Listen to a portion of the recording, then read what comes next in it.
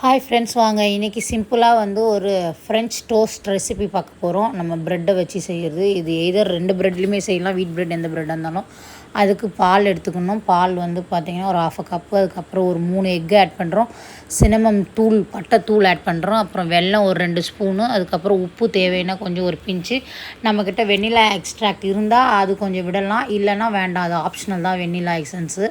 அதுக்கப்புறம் அதை நல்லா மிக்ஸ் பண்ணிவிட்டு, இது பாருங்கள், ப்ரெட்டு இந்த மாதிரி நல்லா முக்கி நம்ம தோசைக்கல்லில் பட்டர் போட்டு, அந்த பட்டரை காஞ்சதும் இந்த ப்ரெட்டை ஒவ்வொன்றா நம்ம போட்டு ஃப்ளிப் பண்ணி திருப்பி 2 பக்கமும் பார்த்திங்கன்னா மொறுன்னு சாஃப்டாகவும் இருக்கும். வெளியே மொறுன்னு இருக்கும், உள்ளே சாஃப்டாக இருக்கும்.